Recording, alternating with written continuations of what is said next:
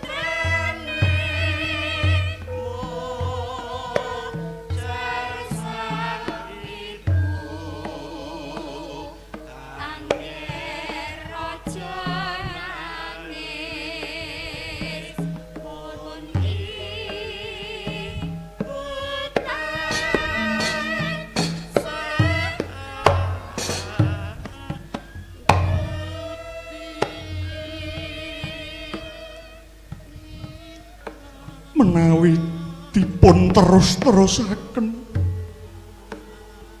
kula kok mboten kiyat pangeran Yayi Mangibil garwanipun Kakang aku ngerti sepira gedene penandang iki gawe goreh rongeh penggalihmu sing baku pun Kakang wis kasil mboyong Mataram saka kulon mengetan Yayi nadyan bumi anjuk ladang iki dumadi saka alas gledekan ing papan iki kawula medhang bisa ayem uripe nanging sinuwun punapa kahanan punika badhe lestari saklawase ujare kabar rawat-rawat Senopati saking Wurawari sami angupati tununging paduka duh pangeran kula rumaos ajrih wonten kahanan punika pangeran Yayi mangertiya bahune wong lanang cinipta kanggo nadhahi tangise wong wadon dene tangise wong wadon kanggo nglalekke sipate wong lanang sing uga bisa nangis pasrahno iki marang adiling kudrat Gusti enggal paring dalan rahayu kanggone nasib Mataram sak banjure lan kanggo aku lan si Adi aja asu melang. Aku kang jaga kowe ibarat aku iki rembulan ora bakal angslup sadurunge fajar nekani.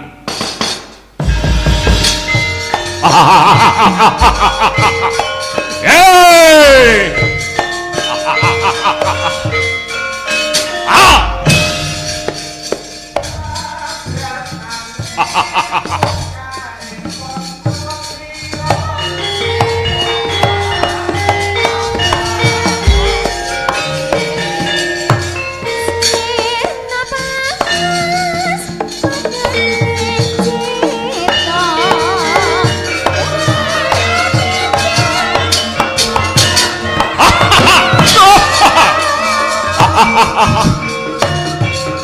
Begal saka Wurawali Kyai Sagotra aku ya.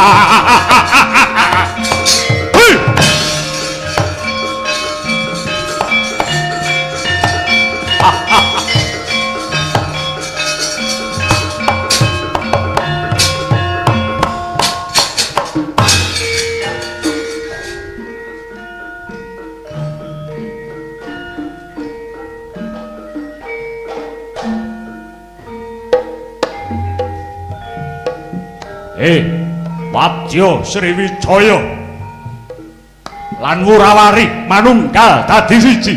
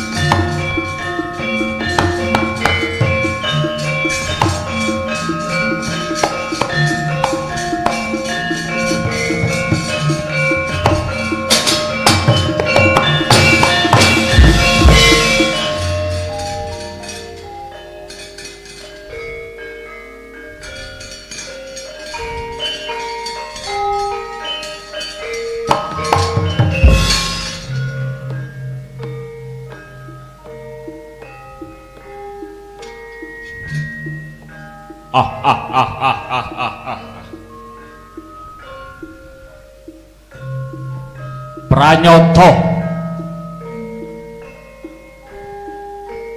asile awake dhewe saka Wurawari ngewangi Sriwijaya wis kasil. Mariyuti, ana apa kowe begal Sagotra? Mataramus teluk, Mataramus bongkah. Saiki mung kari awake dhewe goleki salah sawijining patih saka Mataram. Ya kuwi patih Sindok kang mlayu kepelajar. Manut pamawasmu kepiye? Bab Rekadaya iki tak pasrahne karo kowe Sagotra. Lan kowe Sakunda Baduma. Kepiye kabare? Kabul kawusanane anggonmu ku pati pelajare si Patih Sindok. Ya, manut ujaring tembang rawat-rawat kabar saka njaba. Menawa dina iki Patih Sindok wis mlayu aning sisih wetan. Manut kabare meneh Patih Sindok mlayu ing bumi Anjuk Ladang. Jajabang mawi ngewengis umedhot patoning Ladinetra kocak ngundarandir. Idepnya mangala cakra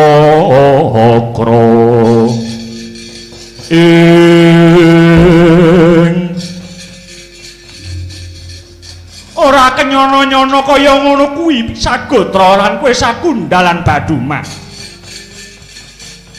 Bab Rekadaya rungsih tak pasrahne karo kowe. Gawanen kabeh prawadya bala saka Wurawari kinen goleki playune si Sindok. Wis samapta gati sawegeng diri. Kabeh prawadya bala ora ana sing nguciwani.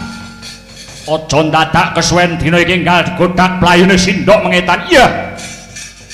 Yen mengkono sakanane prawadya bala begal-begal para senopati kang pinilih enggal mlayu ing Anjuk Ladang ngono. Iya. Kowe bocah temunggung kula wonten timbalan ingkang kadhawuh. Kage cepakno prawadya bala gempur gawe pati ing negara Anjuk Ladang.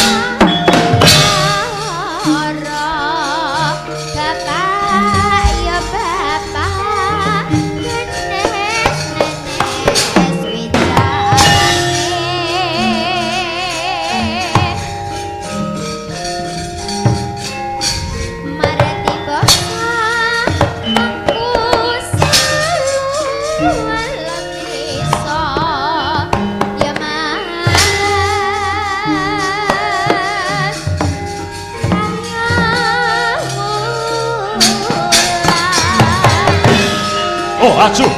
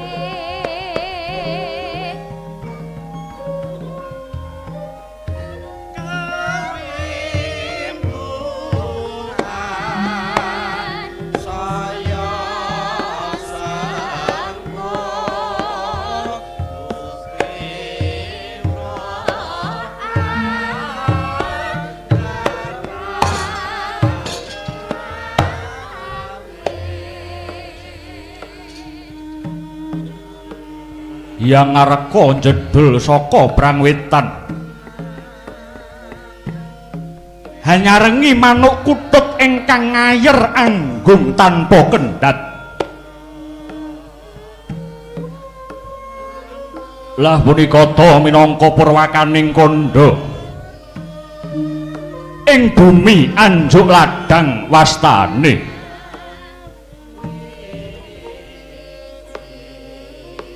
Papan rungkut alas gledekan ijoning gegodhongan tetesing embun dumawah ing ron gawe cingak kang hamulati panging kekayung sambung sumambung ketel nganti sunare sang Baskara Arsa tan bisa tinrabas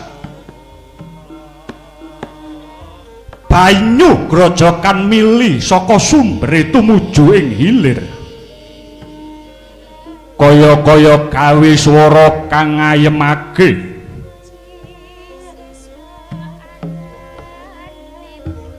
nuju ari sajuga lenggah wonten padas ageng nenggih punika ta ingkang jejuluk Resi Jiwananda ya sinebat samgetpu Anjuk Ladang wastane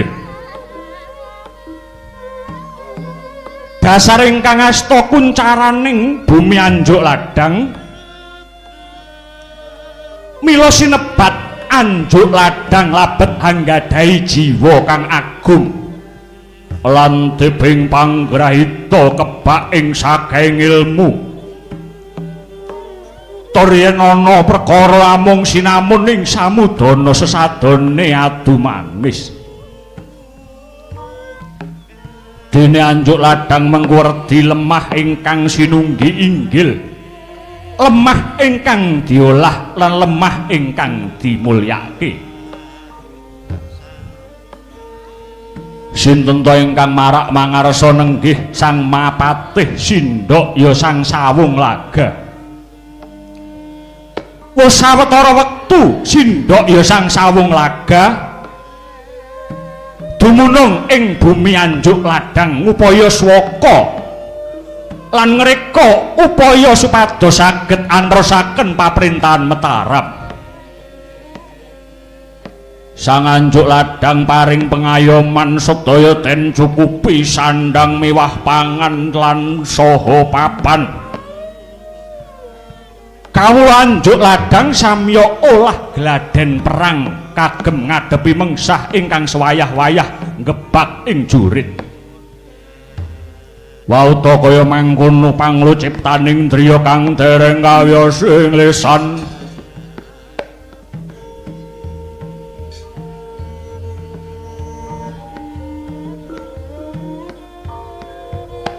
Miat langening kalangiwan aglar panda muncar.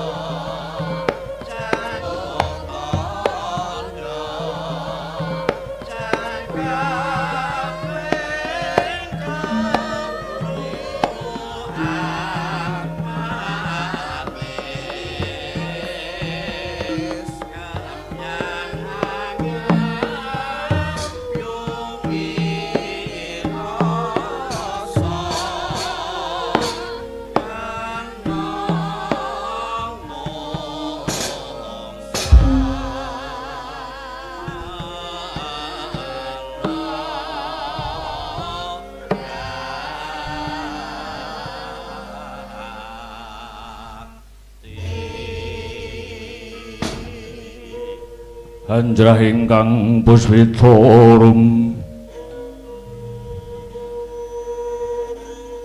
kasiliring samirana mrih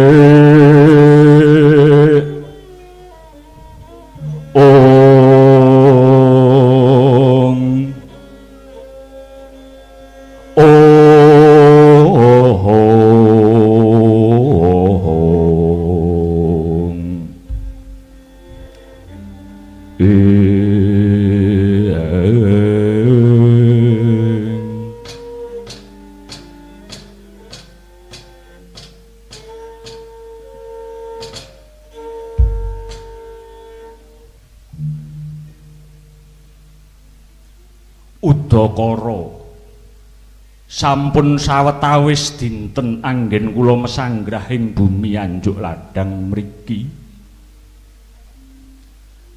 Kula nyuwun swaka ingkang ateges pengayoman dumateng jengandika Sang Maha Guru Resi Jiwananda ya Sang Anjuk Ladang.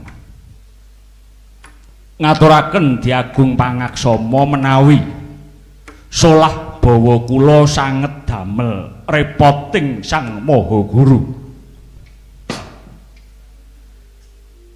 Perkara pengayoman kuwi wis dadi kewajibanku. Tetulung marang sepadaning urip kuwi ya wis dadi dharmaku. Jernyatane aku mung titah sawantah kang kahananku ya mung kaya ngene anane.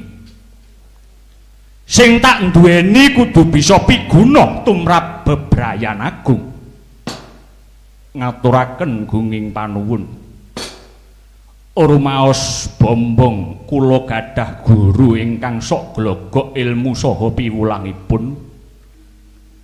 Yektine kula sampun dangu ngakeni paduka dados guru ingkang hanggula wentah dumateng kula. Ya. Sawung laga ya Patih Agung Mataram Sindok Pati wong sak Mataram kang sinunggi-sunggi lan subya dening kawulamu. Rikalungguhan iki dak batek lenggahmu saka papan kono. Apa kowe ngerti apa kang dadi sedyaku? Kados sinamber gelap ing mangsa kapat ndrodhok jantung kula. Medal riwe kula hamara wayah Sang Maha Guru. Gusik, aku takon Wangsulana, mumpung aku sabejagong kelawan sira. Ing kene anane aku lan kowe. Rama dewaning sun.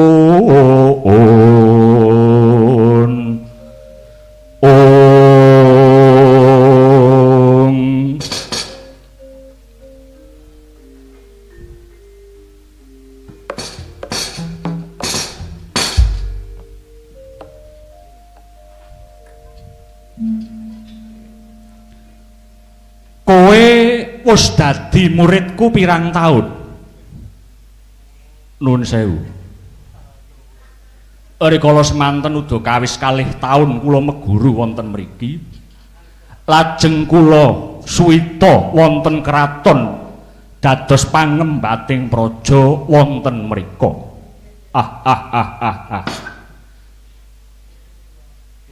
Gek kapan aku ngluluse kowe? Kowe suwita mangulon sing ngangkon kuwi ya sapa? Nuwun sewu. Sedaya punika pikajeng kula piyambak. Lho, kok wani? Saking nataling rasa kula labet ngertos kawegikan praja medhang nggih Mataram. Kula rumaos cekap anggen kula nyecep ilmu saking Paduka pramila. Kula mantunaken pribadi kula piyambak sowan ing Mataram. Tur kowe ora nganggo pamit, Nuwun sewu. Ya wis. Ngene ya, saiki tak critani. Arepa kowe pinter ngikal jagat, jaring angin nganti kowe pengpengan bebasan ora tegas tapak paluning pandhe, sisaning gurindha. Tanapi ing tedhaking kikir ning biyen kowe durung kasembadan anggonmu nggayuh sedya. Nanging kula suwita wonten Mataram. Satemah kula mukti dados pangembating praja. Mukti? Kuwi lak kanggomu to, Sindok. Merga ngene. Murid-murid ing kene ora dak wuruki mung dadi wong pengpengan. Kandel kulite atos balunge sugih kuwanene ora mung kuwi. Sing tak ajarke babakan tata krama, yen unggul aja ngiles, yen unggul aja ngiles sing kalah, ning aja serik yen ditututi. Nek kalah wajib nututi, ning aja gawe cilaka. Ndak baleni sepisan meneh ya. Yen unggul aja ngiles sing kalah, ning aja serik yen ditututi. Nek kalah wajib nututi, ning aja nganti gawe cilaka. Wis. Gek pikiran nek perlu nggonen status WA. Bola balik kopas kopes, mas kopas kopes. Nggih.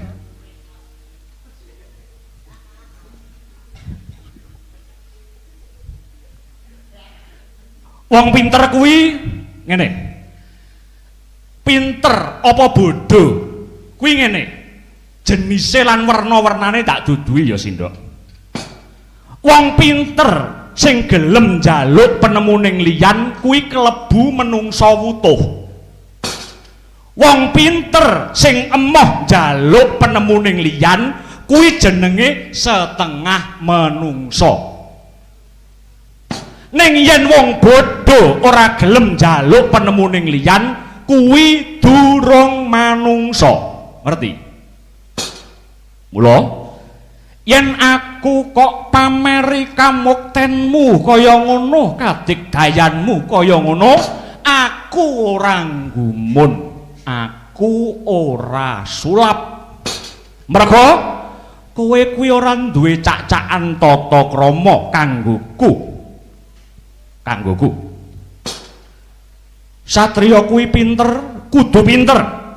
Pinter kuwi tegese bisa sing dicakke, bisa ngecakke apa kang diwulangke marang gurune. Yen wis